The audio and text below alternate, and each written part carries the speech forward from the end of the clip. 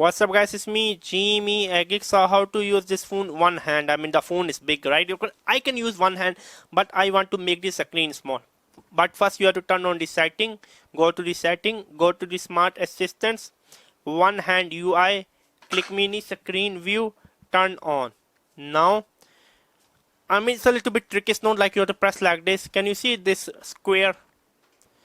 Just press inside the square and then like touch and hold. I mean like this again. If you wanna exit, click like this. Let me make like this. Do you get it? Exit. If I want to make on the right side the mini screen, you see I have to hold like this and I have to swipe right. Okay, it's not this one. Swipe right. Okay.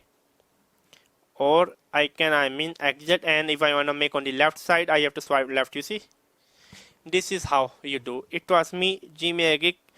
Subscribe and bye. If you want to exit, just press this one. It's very easy, to be honest with you. Subscribe and bye.